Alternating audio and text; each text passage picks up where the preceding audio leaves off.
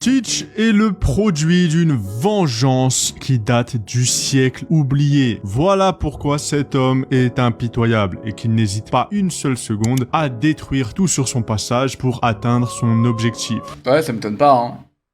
Il a vu... C'est même pas une chose horrible. Je pense que le mot horrible est trop doux pour vivre et dire ce qu'il a vécu. Pour rappel, hein.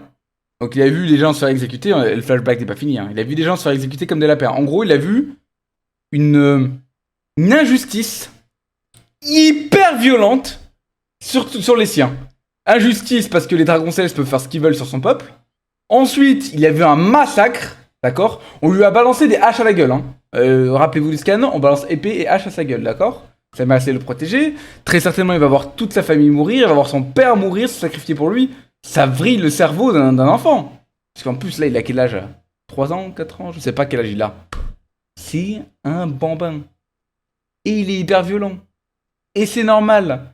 Et quelque part, notre côté empathie, ce qui est assez paradoxal, va vouloir le voir détruire tout le monde. Va vouloir le voir détruire des dragons célestes. Un objectif qui est partagé par les Davy, celui de dominer le monde et d'écraser le démon qui siège au sommet. Ce chapitre nous a bel et bien confirmé cette théorie. C'est Davy Jones qui s'est battu auparavant contre Imu. Ouais, bon, par contre, là, vous avez fumé, il y a encore rien qui a été validé. S'il vous plaît, commencez pas à dire des conneries, parce qu'après moi, sur internet et dans les commentaires, il y a des mecs qui vont me dire non, non, mais ça a été validé, ça a été dit par Oda, je sais plus où, parce que dans un SBS, c'est pas le cas, parce que dans le manga, c'est pas le cas, mais j'ai dû voir une vidéo sur internet qui me le disait que c'était validé, donc c'est bon, arrêtez de dire que c'est validé.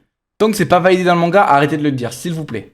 Malheureusement, il perdra face à sa puissance et il sera condamné au fin fond des mers. Cependant, sa volonté et sa soif de vengeance ne s'éteindra jamais. Au fil des décennies, les Davy devenaient de plus en plus coriaces, jusqu'à ce qu'on arrive bien sûr à Xebec, un homme très intelligent, très puissant et très calculateur. Cependant, il manquait un dernier élément pour transformer Xebec en un véritable monstre, et c'est tout simplement son sens de l'honneur. Xebec a perdu parce qu'il avait décidé de venir en aide à sa famille, chose que... Est-ce que c'est de l'honneur? Pas de l'amour, de l'empathie, plutôt que de l'honneur? C'est pas un mélange des trois? Pour le coup, Teach n'aurait pas fait. Parce que oui, Teach est le produit final. Un pirate sans foi ni loi, qui n'a aucune attache émotionnelle. Et c'est d'ailleurs pour cela que je suis convaincu qu'il arrivera à atteindre son objectif. Je pense aussi.